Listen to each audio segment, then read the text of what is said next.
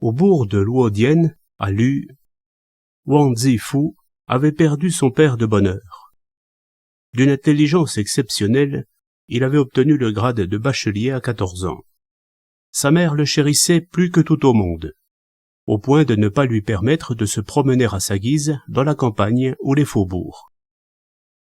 Il avait été fiancé au Xiao, mais la jeune fille était morte avant la conclusion du mariage, de sorte que la quête d'une compagne n'était pas close. À la fête des lanternes en l'honneur de la première pleine lune de l'année, son cousin, fils d'un oncle maternel du nom de Wu, passa l'inviter à contempler avec lui les illuminations de la ville. À peine avait-il quitté le village qu'un serviteur de chez l'oncle venait chercher le cousin qui repartit avec lui. Le jeune Wang poursuivit seul sa déambulation, au gré d'une aspiration nourrie par la vue de nuées charmantes de ravissantes promeneuses.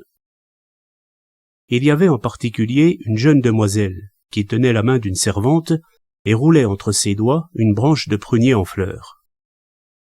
Elle était d'une beauté à vous couper le souffle, un adorable visage souriant. Le jeune homme ne pouvait en détacher son regard, captivé au point d'en oublier toute convenance. Après l'avoir dépassé de quelques pas, la jeune fille se tourna vers sa suivante pour lui lâcher. « Les yeux de ce garçon brillent comme ceux d'un brigand. » Elle laissa tomber les fleurs et pressa le pas en riant. Wang les ramassa, désappointé, et, l'âme chavirée, s'en retourna dans l'accablement. Arrivé chez lui, il dissimula les fleurs sous l'oreiller, y posa la tête et s'endormit sans dire un mot ni manger. Sa mère s'inquiétait de cet état végétatif qui persistait. Les exorcismes ne faisaient qu'aggraver le mal. Le garçon dépérissait rapidement, bientôt réduit à n'avoir plus que la peau sur les os. Après examen et auscultation, le médecin prescrivit une médication interne, mais Wang gardait l'air absent, comme égaré. Sa mère s'efforçait de le réconforter, lui demandant les raisons de sa dépression, mais il restait silencieux et ne répondait pas. En désespoir de cause, elle profita d'une visite du cousin pour lui recommander de sonder discrètement son fils. À la vue de son ami devant le lit, le jeune homme se mit à verser des larmes. Le cousin se rapprocha et, tout en cherchant à le consoler, le pressait de questions. Wang finit par céder et tout avouer, sollicitant de plus ses conseils en vue de la stratégie à suivre. « Mais mon pauvre idiot, s'esclaffa le cousin, quelle difficulté y aurait-il à combler tes vœux? Je vais me mettre en quête. Puisqu'elle se promenait à pied dans la campagne, elle ne doit pas être d'une grande famille.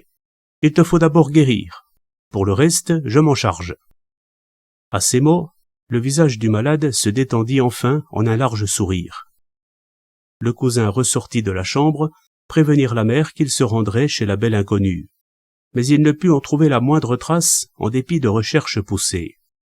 La mère était rongée d'inquiétude et ne savait que faire. Toutefois, depuis la visite du cousin, son fils, dont le visage s'était détendu, avait retrouvé l'appétit. L'ami Wu revint quelques jours plus tard. Comme son cousin Wang l'interrogeait sur ce qu'il avait à proposer, il en fut réduit à mentir. « Je l'ai trouvé.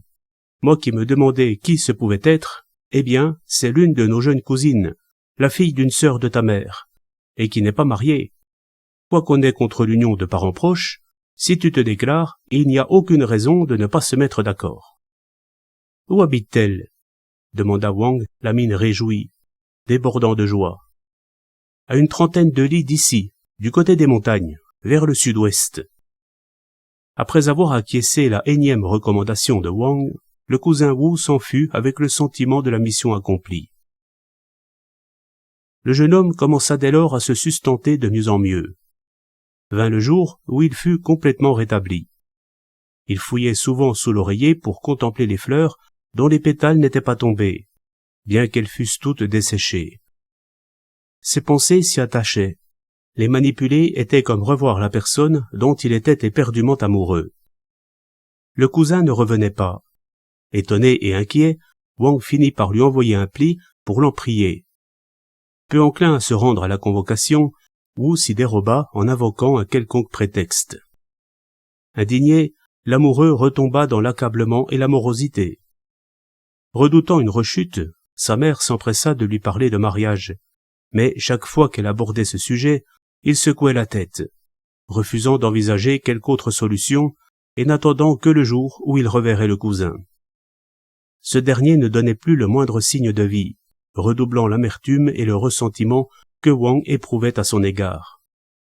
Le jeune homme tournait et retournait dans son esprit la pensée qu'une trentaine de lis n'était pas une bien grande distance, et qu'après tout, il n'y avait pas lieu de compter sur autrui. Il glissa les fleurs dans sa manche et, dépité, sans prévenir personne, partit à la recherche de sa belle.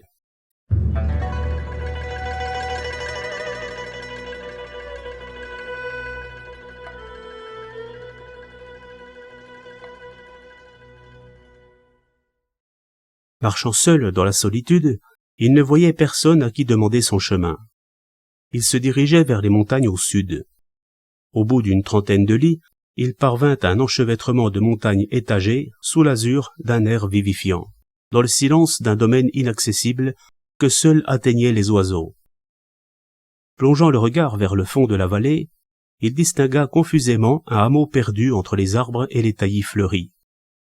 Il redescendit, entra dans l'agglomération qui ne comprenait que quelques chaumières élégamment construites. Vers le nord se trouvait une maison au portail ombragé de saules. De l'autre côté du mur, pêchers et abricotiers semblaient en pleine floraison, mêlés à des bosquets de bambous élancés où les oiseaux sauvages pépiaient et roucoulaient à qui mieux mieux. Pensant que c'était un jardin privé, Wang n'osait entrer sans se faire annoncer. Se tournant vers les vantaux, il avisa une grosse pierre lisse et s'y assit pour se reposer un moment. Tout à coup, retentit longuement l'appel. « Petite Florence !» C'était une voix féminine qui venait de l'intérieur, si fine, si charmante. Il tendait l'oreille lorsqu'une jeune personne passa de gauche à droite, des fleurs d'abricotier à la main. Elle se disposait à les piquer dans sa chevelure, la tête penchée. La redressant, elle aperçut le jeune homme, et, renonçant à cette occupation, pouffant de rire, rentra dans la maison en tortillant les fleurs entre ses doigts. Il eut le temps de la dévisager. C'était la beauté qu'il avait rencontrée à la fête des lanternes. Transporté de joie, Wang ne songeait plus qu'au moyen de s'introduire. L'appeler chère cousine? Mais il ne l'avait jamais fréquentée. Il redoutait de provoquer un regrettable malentendu. Personne à la porte qui l'eût pu questionner. En proie à la plus vive agitation, il ne savait que décider. Il demeura planté là depuis le matin jusqu'au coucher du soleil. Un espoir débordant lui faisait oublier faim et soif. Il voyait de temps à autre émerger la moitié du visage de la jeune fille qui l'épiait, fort étonné qu'il ne s'en allât point. Enfin, une vieille femme sortit inopinément, appuyée sur une canne. Elle regarda le jeune homme et lui demanda : « D'où venez-vous, mon jeune ami ? Il paraît que vous êtes arrivé vers 8 heures du matin et que vous n'avez plus bougé d'ici jusqu'à maintenant. Que voulez-vous ? Vous n'avez pas faim ?» Wang se leva précipitamment pour la saluer main jointe, respectueusement, et répondit : « Rendre visite à une parente. » La vieille dame était dure de l'oreille. Il dut le répéter d'une voix plus assurée. « Quel est le nom de votre honorée parente ?» s'enquit la dame. Pris de court, Wang ne savait que répondre. Elle se mit à rire. « Voilà qui n'est pas banal. Comment retrouver une parente dont vous ne connaissez pas vous-même le nom ? Jeune homme, vous me paraissez, vous aussi, abruti par les livres. Vous feriez mieux de me suivre, d'entrer manger un morceau et de vous reposer. Nous avons à votre disposition un divan où vous pourriez vous allonger. Vous retournerez demain chez vous, vous informer du nom de la dite parente. Il sera toujours temps de revenir lui rendre visite. » Wang accepta volontiers. D'abord parce que son ventre lui rappelait qu'il n'avait rien mangé de la journée, et surtout parce qu'il espérait ainsi se rapprocher de l'objet de toutes ses pensées. Il entra à la suite de la vieille dame. Le chemin conduisant au portail était dallé de pierres blanches et bordé de fleurs rouges dont les pétales jonchaient les marches. Ils zigzaguèrent en direction de l'ouest avant d'atteindre une autre barrière qui donnait sur une cour remplie de haricots et de pois de senteur. Invité à pénétrer dans la demeure, il découvrit des murs blanchis aussi lisses qu'un miroir. À la fenêtre, les bouquets du pommier à fleurs se hasardaient à l'intérieur. Des coussins étaient disposés sur le divan. Tout était d'une impeccable propreté. À peine assis, Wang se sentit épié de l'extérieur. « Petite Florence, Ordonna la vieille. va vite préparer une bouillie de millet. » La servante acquiesça du dehors. Puis, comme il se présentait et détaillait la généalogie de son clan, la vieille dame s'exclama. « Est-ce que votre grand-père maternel ne s'appelait pas Wu ?»« Si, Vous êtes donc mon neveu. se récria la vieille, surprise. Votre mère est ma jeune sœur. Notre famille a décliné au fil des années. Et puis, je n'ai pas eu de garçon. Et c'est en suivi que nous n'avons plus échangé de nouvelles. Vous voilà grand, maintenant, mon cher neveu. Dire que je ne vous connaissais pas encore. » C'était justement pour rencontrer ma tante que j'étais venu, mais sur le coup de l'émotion, je ne retrouvais plus son nom. « Le patronyme de votre vieille servante est Tsin. D'ailleurs, je n'ai pas eu moi-même d'enfant. Je n'ai qu'une fille unique, née d'une épouse secondaire. Sa mère s'est remariée et m'a laissé le soin de l'élever. Elle n'est pas si bête, mais manque d'éducation, à rire de tout et de rien, insouciante. Elle va venir dans un instant vous saluer et faire votre connaissance. » Peu après, la servante apportait à manger, une succulente poularde dont la queue remplissait amplement la main. Quand, encouragé par l'hôtesse, il eut fini de se restaurer, la servante revint desservir. « Appelle mademoiselle Ning et dis-lui de venir. » lui ordonna la vieille. La petite servante acquiesça et partit.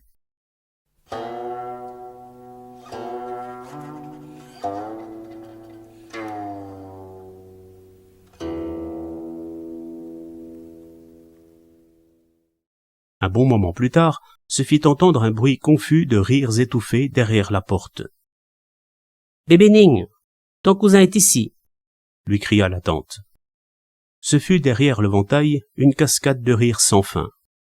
Tandis que la servante la poussait dans la pièce, la jeune fille se cachait la bouche, incapable d'arrêter le flot de son hilarité. La vieille lui jeta un regard désapprobateur. « En présence de notre hôte, voyons, de la tenue. À quoi rime ces hi-hi-ha-ha » Il s'inclina main jointe devant la jeune fille debout, qui retenait tant bien que mal son accès d'hilarité. « Le jeune monsieur Wang, ton cousin, précisa la tante. Ne pas se connaître encore, alors que nous sommes de la même famille, n'est-ce pas ridicule ? » « Quel est le nombre des années de ma chère cousine ? demanda-t-il. Comme la vieille n'avait pas entendu, il dut se répéter, ce qui déclencha un nouvel accès de rire qui empêcha la jeune fille de lever la tête. « Je vous l'avais dit qu'elle manquait d'éducation, » s'indigna la tante. « Vous voyez bien, elle a 16 ans, mais pas plus de cervelle qu'un bébé. »« Elle a donc 1 an de moins que votre neveu. »« Déjà 17 ans, mon cher neveu. Ne seriez-vous pas de l'année du cheval ?» Le jeune homme opina de la tête. « Qui est votre femme ?» demanda-t-elle ensuite. « Je n'en ai pas. »« Comment ? Pas encore marié à 17 ans, avec les talents que vous avez, bien fait comme vous l'êtes ? Mon cher neveu, bébé Ning n'a pas non plus de belle famille. Vous feriez le plus beau couple qui soit au monde. Dommage que votre consanguinité soit gênante. » Le jeune homme restait muet, sans quitter sa cousine du regard, ni scier des yeux. La servante se pencha à l'oreille de sa jeune maîtresse. « Avec ses yeux qui brillent, il n'a pas perdu son air de brigand. » La jeune fille éclata d'un rire inextinguible et, s'adressant à sa suivante, « Allons voir si les fleurs de pêcher sont écloses. » La tante se leva à son tour, fit disposer de la literie pour le repos de son hôte et ajouta. « Mon cher neveu, il ne vous a pas été facile de venir jusqu'ici. Restez donc 4 ou 5 jours de plus. Il sera alors temps de vous raccompagner. Rien ne presse. Si vous craignez de vous ennuyer, nous disposons à l'arrière d'un petit jardin où passer des moments agréables et où il y a de quoi lire. » Il découvrit en effet le lendemain, derrière la chaumière, un terrain d'un demi-mou, couvert d'un tapis de fin gazon, parsemé de fleurs et encadré de peupliers. Il y avait une cabane au toit de chaume de 3 piliers, entourée d'arbres et de plantes. Tandis qu'il zigzaguait à petits pas entre les fleurs, Wang entendit des chuchotements qui venaient de la cime d'un arbre. Levant la tête, il reconnut là-haut bébé Ning. À la vue du jeune homme, elle fut secouée d'un fou rire qui menaçait de la précipiter en bas. « Arrêtez, vous allez tomber !» lui criait Wang. La jeune fille descendit sans mettre fin à sa crise incontrôlable d'hilarité. Elle allait toucher terre quand sa main glissa. La chute interrompit les rires. Le jeune homme l'aida à se relever et en profita pour lui presser doucement le poignet, déclenchant un nouvel accès d'hilarité, si violent qu'elle ne pouvait plus avancer, appuyée contre l'arbre. Elle ne s'arrêta qu'au bout d'un moment, bien long au goût du jeune homme. Il attendit qu'elle eût retrouvé son sérieux pour tirer les fleurs de sa manche et les lui montrer. « Mais elles sont toutes sèches. À quoi bon les garder ?» lui dit-elle en les prenant. « Ce sont celles que vous m'aviez données à la fête des lanternes, cousine. »« Pourquoi les garder ?»« En témoignage de l'amour que je vous porte, parce que je ne peux vous oublier. Depuis notre rencontre à la fête des lanternes, j'ai pensé à vous à en tomber malade. J'ai cru en mourir, n'espérant plus avoir le bonheur de revoir votre beau visage et de vous implorer de me témoigner un peu de compassion. » La belle affaire. Entre parents proches, qui serait avare de compassion? À votre départ, je ferai appeler la vieille servante pour qu'elle vous prépare un très gros bouquet de toutes les fleurs du jardin, qu'elle portera chez vous. Vous faites l'idiote, cousine. En quoi fais-je l'idiote? Ce ne sont pas les fleurs que j'aime, mais la personne qui les tenait dans la main. Est-il besoin de parler de l'amour que dicte l'affection naturelle entre proches parents?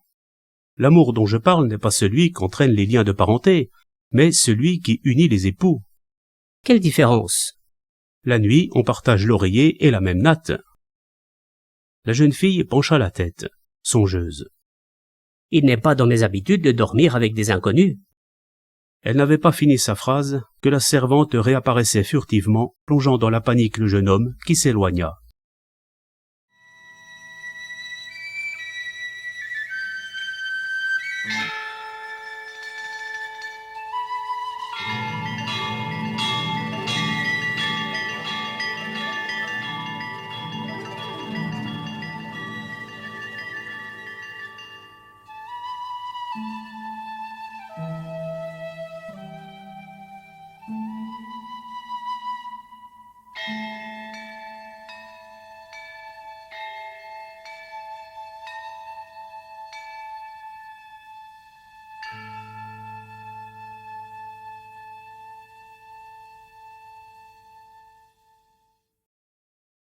Peu après, il se retrouvait chez la mère.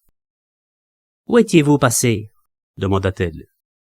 La jeune fille répondit qu'il bavardait dans le jardin. « Le repas est prêt depuis longtemps. Qu'aviez-vous donc de si important à vous dire, pour ne mettre qu'à présent un terme à vos interminables bavardages?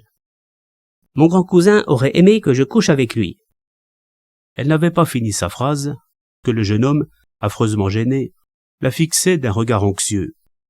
Elle sourit et se tut. Fort heureusement, la vieille dame n'avait pas bien entendu. Elle continua à les bombarder de questions comme si de rien n'était. Il se hâta de détourner la conversation. Puis il se pencha vers la jeune fille pour lui faire des reproches à voix basse. « Ce sont des choses qui ne se disent pas, n'est-ce pas ?» répliqua-t-elle. « Ce sont des paroles à tenir secrètes. »« Pour les autres, oui, mais les cacher à ma mère. Et puis, se coucher est chose normale et quotidienne. Pourquoi garder le secret ?» Faute de baguette magique pour le lui faire comprendre, Wang ne savait que déplorer son ingénuité. Il venait de finir le repas lorsqu'un valet de sa maison vint le chercher, tirant 2 bourricots. C'est que, ne voyant pas revenir son fils, sa mère s'était inquiétée. On avait cherché partout dans le village sans découvrir la moindre trace du disparu. En désespoir de cause, on était allé s'informer auprès du cousin Wu. Se souvenant de ses paroles d'antan, celui-ci avait suggéré d'orienter les recherches vers les villages de montagne du sud-ouest. Le valet en avait visité plusieurs avant d'arriver à celui-ci. Ils s'étaient rencontrés au moment où Wang sortait. Il rentra prévenir la tante et lui demander la permission d'emmener la jeune fille avec lui. La vieille dame s'en montra enchantée. « Il y a longtemps que j'avais l'intention de rendre visite à ma chère sœur. Mais je suis trop impotente pour marcher si loin. C'est une excellente chose que vous soyez là, mon cher neveu, pour emmener votre jeune cousine faire la connaissance de sa tante. Elle appela bébé Ning, qui arriva en riant. Qu'est-ce qui te met en joie? Encore à rire sans cesse? Elle serait parfaite si elle s'arrêtait de rire. Grommela-t-elle en lui jetant un regard courroucé avant de reprendre. Ton grand cousin voudrait t'emmener. Va te préparer. Après avoir restauré le domestique de son neveu, elle les raccompagna jusqu'au portail, s'adressant à sa fille. Ta tante dispose d'un riche domaine qui peut nourrir des gens en surnombre. Une fois là-bas, ne te presse pas de rentrer. Profites-en plutôt pour étudier lexique, rituel, poésie. Tu n'en pourras que mieux servir tes beaux-parents. Si ce n'est trop l'importuner, je laisse à ta tante le soin de te trouver un bon parti. Sur ce, tous deux s'en furent. Arrivés en haut du col, ils se retournèrent pour voir une dernière fois la figure à peine distincte de la vieille femme, appuyée au chambranle, le regard tourné vers le nord.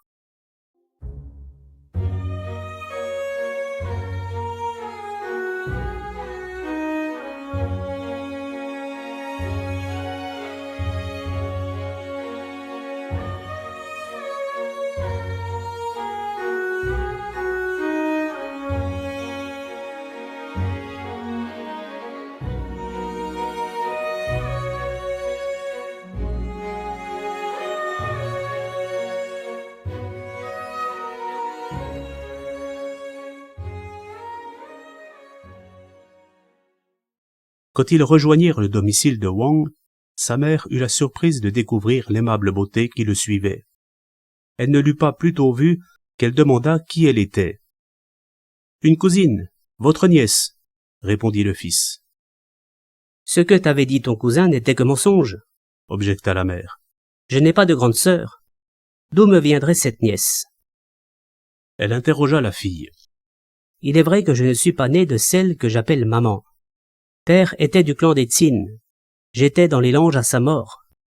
De quoi voulez-vous que je me souvienne? J'avais en effet une sœur qui s'est mariée chez les Tsin, c'est certain.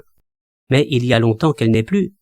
Comment pourrait-elle être encore en vie? » Elle questionna la jeune fille sur les traits du visage de la défunte, ses signes particuliers, ses grains de beauté, et obtint en tout point des réponses concordantes.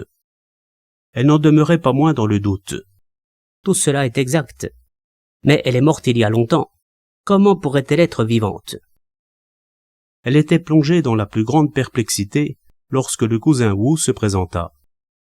La jeune fille se retira. Il venait aux nouvelles. Quand il apprit ce qui s'était passé, stupéfait, il resta longtemps sans voix, puis s'écria. « La fille s'appelle bébé Ning, n'est-ce pas ?» Comme Wang le lui confirmait, Wu s'exclama qu'il n'aurait jamais imaginé cas plus bizarre. Chacun voulut savoir pourquoi. Il expliqua. Après le décès de la tante chez les Tsin, son mari resté veuf a été possédé par une renarde. Il est mort de consomption. La renarde lui avait donné une fille nommée bébé Ning. Elle était emmaillotée sur le lit. Tous les gens de la maison pouvaient la voir. Après le décès du veuf, la renarde a continué à venir assez régulièrement. Puis elle est partie en emmenant sa fille quand on a sollicité d'un maître céleste la position de formules d'exorcisme sur les murs de la résidence. Ne serait-ce pas elle? Chacun de confronter et de peser ses doutes, tandis que dans la pièce voisine se faisaient entendre des cascades de rire, tous redevables à bébé Ning. « C'est aussi une fille vraiment trop sotte de naissance, » grommela impatiemment la mère du jeune homme. Wu souhaitait pouvoir la dévisager. Les gros rires qui la secouaient l'empêchaient de prêter attention à sa belle-mère putative qui était entrée la chercher.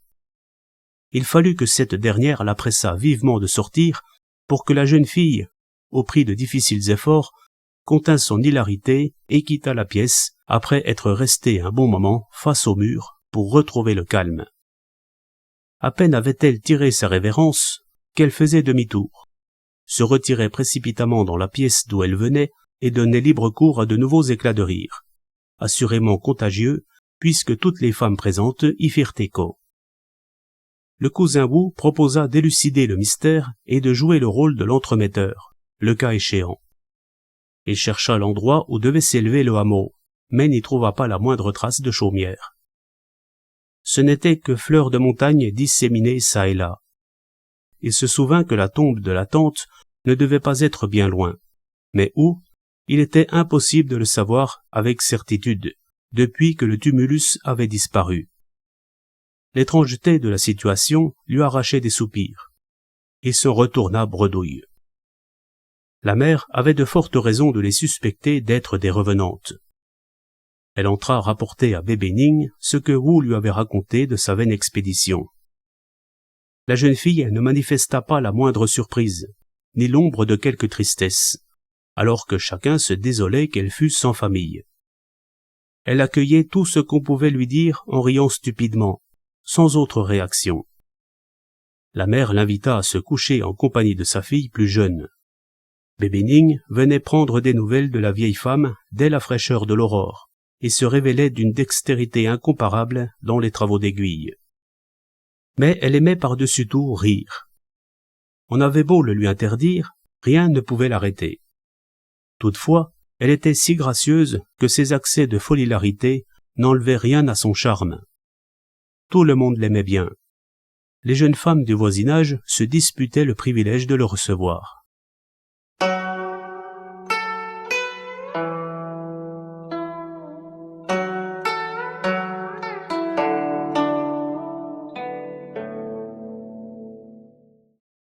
La mère de Wang avait déjà fixé un jour faste pour la célébration du mariage, sans pourtant s'être débarrassée de la crainte qu'elle ne fût une créature démoniaque.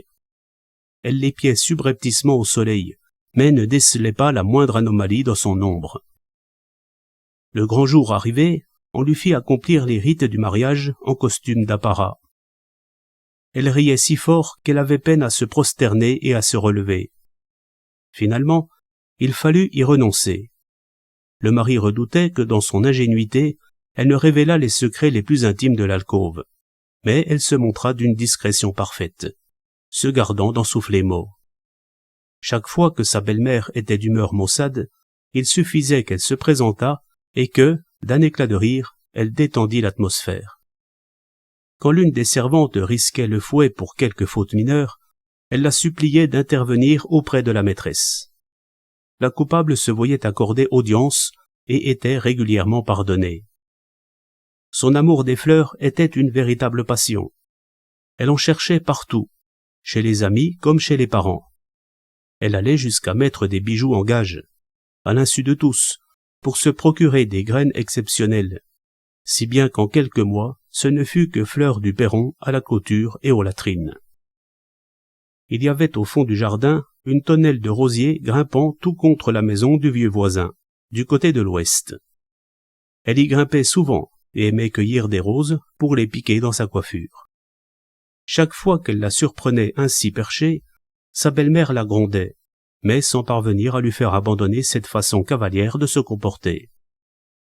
Un jour, le fils du voisin l'aperçut et resta planté là, captivé, le cœur chaviré. Au lieu de se retirer, elle se mit à rire. Le garçon crut qu'elle lui manifestait ainsi quelque intérêt, et en ressentit des dispositions plus violentes encore. Comme elle redescendait en montrant du doigt le bas du mur, à ce qui lui semblait, il pensa qu'elle lui indiquait le prochain lieu de rendez-vous, ce dont il se réjouit infiniment. Le jeune voisin attendit donc le crépuscule pour y retourner. Elle lui apparut là, en effet. Il s'approcha pour l'embrocher tout aussitôt, mais sentit dans l'intimité de sa fente comme la pointe d'une alène. Elle lui causa une vive douleur qui lui monta droit au cœur. Poussant un grand cri, il tomba à la renverse. En y regardant de plus près, il se rendit compte qu'il avait eu affaire non pas à une femme, mais, couchée au pied du mur, à un tronc d'arbre mort dont un trou humide avait accueilli son membre. Au cri qu'il avait lâché, le père accourut et voulut savoir ce qui lui était arrivé. Le fils gémissait sans s'expliquer. Il n'avoua finalement la vérité que lorsque sa femme vint à la rescousse. En éclairant la cavité à la lumière d'une torche, ils distinguèrent un scorpion géant, de la taille d'un petit crabe. Le vieux dut fendre le bois avant de l'attraper et de le tuer. Il fallut soutenir le fils pour le ramener à la maison, il succomba brusquement au milieu de la nuit. Le voisin porta plainte contre Wang, l'accusant d'avoir poussé bébé Ning à la pratique de la sorcellerie.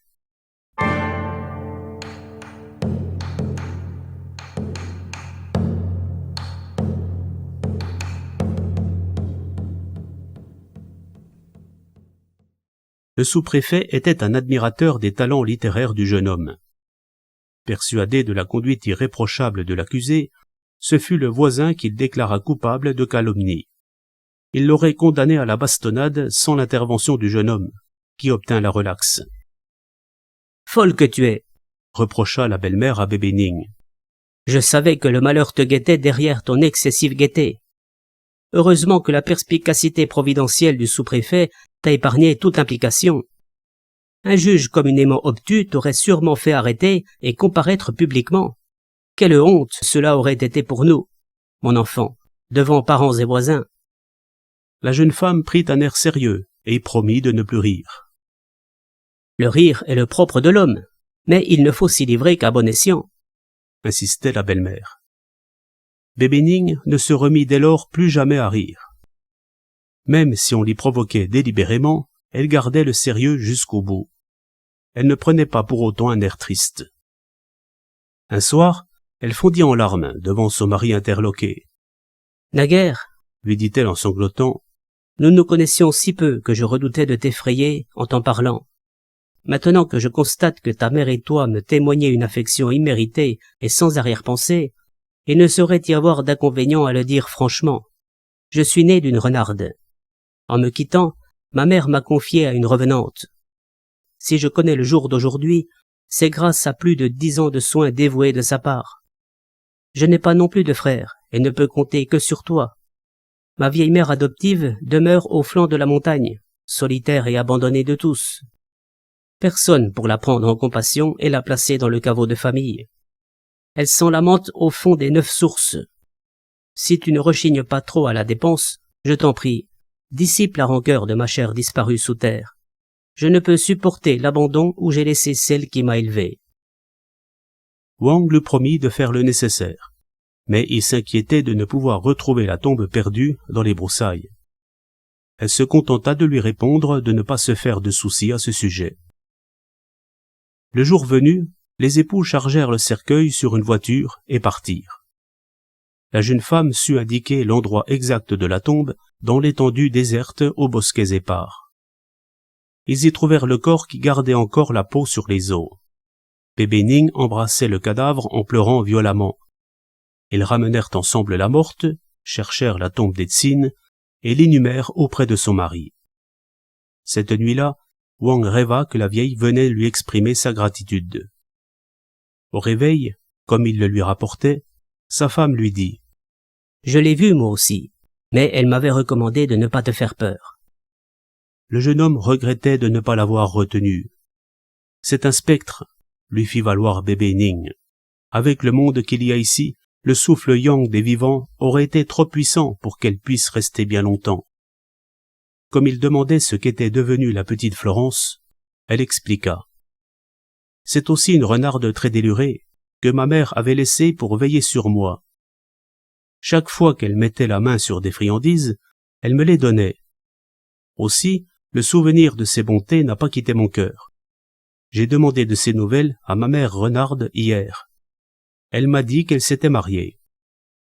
Dès lors, le jour du manger froid, le couple ne manquait jamais d'aller sur la tombe d'Etzin pour prier et la nettoyer.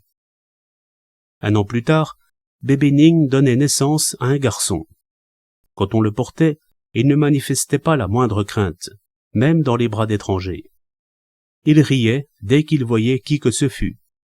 En cela, tout à fait le fils de sa mère.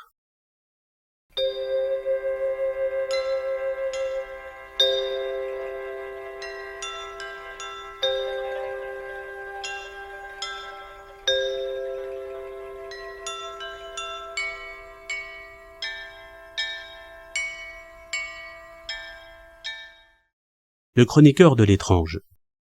À ne considérer que ses accès de fou rire, on la jugerait sans cœur ni tripe. Mais le mauvais tour joué au bas du mur témoigne d'une malice bien au-dessus de n'importe qui. Quant à son attachement à la revenante, sa mère adoptive, qui avait changé ses rires en pleurs, il montre la profondeur des sentiments que cachait bébé Ning derrière ses crises d'hilarité. Votre serviteur a entendu dire que l'on trouve dans la montagne une plante nommée riz de tout. Il suffirait d'en respirer le parfum pour être saisi d'un rire inextinguible. Faites-la pousser dans votre chambre. La joie des mariés et les sans-soucis y perdront beaucoup de leur charme. Quant à la fleur douée de paroles, on la trouverait bien maniérée comparée à bébé Ning.